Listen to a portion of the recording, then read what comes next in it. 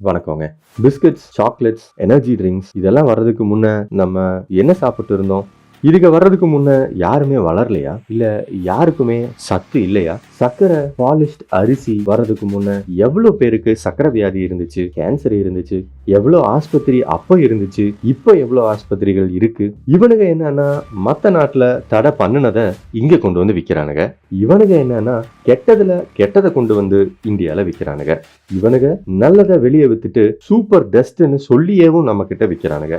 பெரியவங்க சாப்பிடுற பொருட்கள் மட்டும் இல்லாம குழந்தைகளோட உணவு பொருட்கள்லையும் ஏமாத்துறாங்க. நம்ம ஏமாறுறவங்க. நான் குழந்தையா இருக்கும் போதெல்லாம் ராய்கூழு, கம்பங்கூழு, கோதுமை கூழு அப்படின்னு கொடுத்துதான் வளர்த்தினாங்க. அதுக்கப்புறமா வந்த குழந்தைகளுக்கெல்லாம் பேரக்ஸ், செரலாக்னு கொடுக்க ஆரம்பிச்சுட்டாங்க. நம்ம ஊர்ல விற்கிற செரலாக்ல சர்க்கரை அளவு எவ்வளவு இருக்கு? வெளிநாட்டுல எவ்வளவு பாருங்க. கோக்ல எதுக்கு இவ்வளவு அதிகமா இருக்கு? அவங்க குழந்தைங்க அப்படின்னா குழந்தை, நம்ம குழந்தைங்க அப்படின்னா உலக சுகாதார அமைப்பு, அதாவது WHO அறிக்கையின்படி 2 வயசுக்கு கீழே இருக்கிற குழந்தைகளுக்கு சர்க்கரை கொடுக்க கூடாது. ஆனா இவங்க மாசம் வாரியா பிரிச்சு விற்கிறாங்க. யூரோப் போன்ற கண்டங்கள்ல இருக்கிற நாடுகள்ல சர்க்கரை அளவு எவ்வளவு இருக்கணும் அப்படிங்கிறதுக்கு தனியா சட்டங்களே வகுக்கப்பட்டிருக்குங்க. இந்தியால என்ன இருக்கு?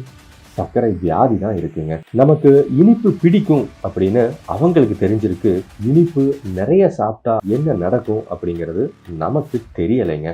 இனிப்ப எல்லா விதத்திலையும் அதிகமா கொடுத்து கொடுத்து நம்மள நல்லா பழக்கி வச்சிருக்காங்கங்க. இதனாலேயேவும் அவங்களோட பொருட்களை அவங்க சொல்ற விலைக்கு வாங்கவும் நம்மள வச்சிடுறாங்க.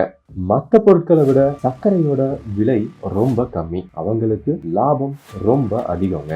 நம்ம நமக்கான நோயை தேர்ந்தெடுத்து காசு கொடுத்து வாங்கிட்டு வந்துடுறோம். அதனால நம்ம சாப்பிட்றதுக்கு முன்ன என்ன வாங்குறோம், எதை வாங்குறோம் அப்படின்னு கவனிச்சு வாங்குங்க. ஏன்னா நம்மளையும் நம்ம குழந்தைகளையும் நம்ம தான் பார்த்துக்கணும். சுகாதாரத்தை விலை கொடுத்து வாங்குறது விபரீதமான செயல்னு நான் சொல்லுவேங்க. உங்களோட எனக்கான நேரத்துக்கு நன்றிங்க.